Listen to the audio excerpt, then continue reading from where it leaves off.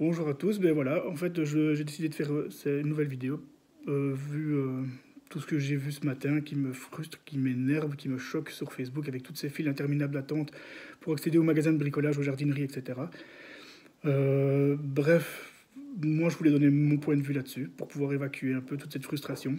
Et comme je l'avais dit dans ma première vidéo, j'avais fait au tout début des événements, des mesures de confinement et tout ça par le gouvernement, j'avais dit qu'il n'y avait pas de manipulation possible sans peur. Et que c'était ce dont se servait le gouvernement pour pouvoir nous manipuler et nous faire faire ce que nous avons envie. Et donc je voulais un peu vous expliquer ce que moi je ressentais, ce que j'avais pu, entre guillemets, analyser. Donc la première étape, c'est la peur. On nous parle de virus, on nous parle de mort. Il n'y a pas de vaccin, c'est une pandémie, c'est une catastrophe. C'est mondial. D'office, les mots sont placés. Ensuite, il y a la deuxième étape. Il faut faire croire au peuple que le gouvernement contrôle tout, qu'il ne faut pas s'inquiéter, ils sont là pour nous protéger, on doit nous rassurer, on isole les gens, on bouge, on parle dans tous les sens, on fait des réunions, on montre que les élus sont là pour nous protéger. N'ayez pas peur, on est là, c'est notre boulot. Ensuite, il y a la troisième étape. Là, on nous contrôle. On fait des interdits, on manipule, on ferme les commerces, on se montre ferme. Donc on montre, voilà, il faut nous écouter si vous voulez survivre. On se place en papa protecteur, on va dire. Ensuite, il n'y a plus qu'à regarder d'en haut le résultat. Et chaque population, peu importe dans le monde, on est tous divisés en plusieurs catégories. Et on sert comme aux stratégos. Il y a des soldats, il y a des démineurs, il y a des officiers, il y a des espions. Et on est tous là pour faire le rôle qu'on nous a attribué à l'avance. On est programmé pour le faire. Pas naturellement, pas biologiquement. C'est le gouvernement qui nous a manipulés, qui nous a placés dans certaines catégories pour qu'on puisse le faire. Et ça, voilà, c'est comme ça. Et les catégories se divisent donc comme ceci. Pour moi, il y a ceux qui restent bloqués à l'étape... Là, je parle donc du Covid-19, hein, je ne parle pas en général. Hein. Donc, il y a ceux qui restent bloqués à l'étape du c'est une simple grippe. Faut pas avoir peur, sortons, allons en balade, rassemblons-nous, on fait des barbecues, on fait la fête, on fête le fait d'être invincible en fait. Il peut rien nous arriver, parce que le gouvernement, tout le monde se fout de notre gueule, le gouvernement se fout de notre gueule, c'est des conneries. Ensuite, il y a la deuxième catégorie. Ça, c'est les méfiants. Bah, je reste chez moi. Je préfère ne pas prendre de risques. Je protège les miens. J'attends la suite parce que je veux pas qu'on m'approche quelque chose. Et on ne sait jamais, quoi. Ensuite, il y a la troisième catégorie. C'est ceux qui sèment le doute. C'est ceux qui deviennent scientifiques, qui deviennent virologues, qui deviennent statisticiens ou historiens, qui analysent les chiffres, qui analysent tout. Voilà, ça, c'est les jeux, c'est tout. Et c'est ceux qui savent tout, qui peuvent tout expliquer à tout le monde. Ensuite, il y a la quatrième catégorie. Ça, c'est les complotistes, les révoltés. Ceux que j'ai parlé la dernière fois. C'est ceux qui épluchent tout. Ils scrutent tout, ils étudient tout. Ils recoupent les informations, ils fabriquent des preuves, ils fabriquent des affirmations. Et ils vont même, parfois, même jusqu'à imaginer des théories, genre les sauriens, j'ai entendu ça. On est manipulé, en fait, on est le terrain de jeu de lézards qui viennent d'une autre galaxie, comme dans la série V à l'époque, et ils ont même refait un remake. C'est vraiment ça, et c'est pas des blagues, vous pouvez aller voir sur Internet. Hein. Ce sont des théories, ce sont des gens qui croient dur que ce qu'ils disent, c'est la vérité, que c'est vraiment ça. J'ai perdu l'expression, excusez-moi. Une fois qu'on est arrivé à cette phase, bah, le peuple, il est enfin divisé. Il est prêt à être soumis, et il ne reste plus qu'à donner les petits détails et à administrer les dernières petites touches pour enfin arriver à la phase finale de leur plan. Donc, allez, on y va. Moi, on va parler de l'immunité collective. L'immunité collective, c'est ce fameux mot qui a fait grincer des dents. Les gens ont crié au scandale, au génocide. Il y a des pays qui ont voulu le faire, comme le Royaume-Uni et la Hollande. Luxembourg, si je ne me trompe pas, je ne vais pas dire de bêtises. On leur a dit, mais enfin, ils sont en train de tuer leur peuple. Et même moi, j'y ai cru un moment, tout ça, parce que c'est vrai que pour moi, dès le départ, je ne sais pas du tout comment les choses évoluent, et je préfère regarder de loin pour savoir ce qui va se passer. Et donc, le gouvernement de Belgique ont décidé, non, non, sûrement pas.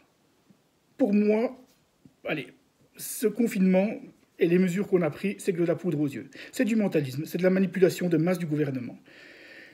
Comment est-ce que vous voulez faire admettre au peuple, parce que c'est ce que la Belgique voulait, hein, l'immunité collective, faut pas croire, mais c'était pas possible, puisque on va pas foutre les gens dehors et les faire mourir. C'est carrément leur dire, allez-y, faites comme s'il n'y avait pas de virus et allez mourir. Mais ça, c'est pas possible. Donc il faut qu'on arrive à faire admettre au peuple qu'on veut le protéger. Et on ne peut pas laisser sortir pour ça, ça c'est impossible. On est obligé de les empêcher de sortir, on est obligé de fermer les commerces, de fermer les restos, de fermer les bars. Enfin, tout ce qui fait de nous des êtres humains modernes. C'est nos loisirs, c'est nos plaisirs. Mais ça, c'est plus possible. On enlève le football, on enlève les sportifs, les sports, les rassemblements sportifs, pardon, tout ce qui est festival, tout ce qui est récréatif et loisirs, c'est donc interdit. Mais c'est impossible de le faire en laissant sortir les... Donc on est obligé, donc ils sont obligés de nous faire croire que tout va bien, et ça ils ne peuvent pas. Donc ils vont tout nous interdire. Donc en nous privant de toutes ces choses-là, ils vont jouer avec la première catégorie dont je vous ai parlé tantôt de personnes, donc les invincibles. Et ça va leur permettre de faire propager le virus et d'avoir leur premier cobaye. Ensuite, ils vont commencer à lancer des chiffres aléatoires, invérifiables, parce qu'on a beau nous les lancer, on peut essayer de les vérifier, mais c'est pas possible. Et ça sert à nous rassurer, mais en même temps à semer le doute et à diviser les autres catégories entre elles. Donc les invincibles, des complotistes, les méfiants, des sceptiques, tout le monde, il va de ses propres idées et ne savent plus quoi pour finir. Et maintenant que la sauce elle est bien prise, qu'est-ce qu'il leur reste à faire? Il leur reste à passer la dernière étape. On rend au peuple ce dont on les a privés pendant 4 semaines. On les envoie dans les rues, avec ou sans masque, parce que de toute manière, on ne saura jamais si ça sert à quelque chose ou pas d'après eux, mais sans changer les fameux chiffres, parce qu'on ne peut rien leur reprocher à nos élus.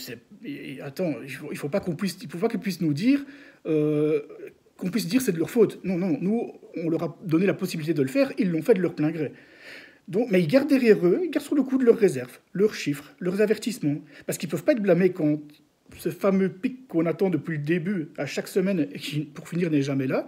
Si le jour il va arriver, ils vont dire ah mais non, mais c'est pas notre faute. Il faut qu'ils puissent dire mais nous on n'a rien fait. On a juste dit au peuple qui pouvait, mais qui devait faire attention. Il l'a fait. Ils sont sortis en masse. Ils ont été s'agglutinés dans les files d'attente. Nous on n'en peut rien. C'est pas notre faute. On les avait prévenus. Mais au bout du compte, l'immunité collective, ben voilà, elle est lancée. On est agglutinés dans les parcs et les jardins. On fait notre footing, on fait du vélo. On va dans les magasins d'alimentation. Et pour finir, il lance le petit sucre. Pour les derniers récalcitrants, les magasins de bricolage et les jardineries. Maintenant, ça, c'est pas une théorie du complot. C'est pas une étude scientifique. Moi, j'ai tenté de réfléchir, comme j'ai déjà fait par le passé, et j'ai tenté de vous faire également réfléchir, sans pour autant vous affirmer que ce que je dis, c'est la vérité, que j'ai raison. Maintenant, d'ici quelques semaines, nous serons donc les immunités collectives de Belgique, du gouvernement, pour le gouvernement et par le gouvernement. Moi, j'ai pas grand-chose d'autre à dire. Tout ce que j'ai à dire, c'est restez confinés, prenez soin de vous, prenez soin de vos proches, restez chez vous. Moi, j'espère que cette crise, elle va ouvrir les yeux d'une majorité d'entre vous. Quand vous serez appelés à faire votre devoir de citoyen, n'allez pas voter, c'est tout ce qu'il y a à faire. Il faut qu'on redevienne libre et qu'on redevienne propriétaire de notre vie, de notre pays et de notre destin. Il faut arrêter de mettre tout ça dans les mains de financiers et de gens incompétents qui ne pensent qu'à leur profit. Il faut juste reprendre nos vies. Et pour reprendre nos vies, il faut la garder. Et pour la garder, il faut rester chez soi, il faut rester confiné. Merci de m'avoir écouté, j'espère à bientôt.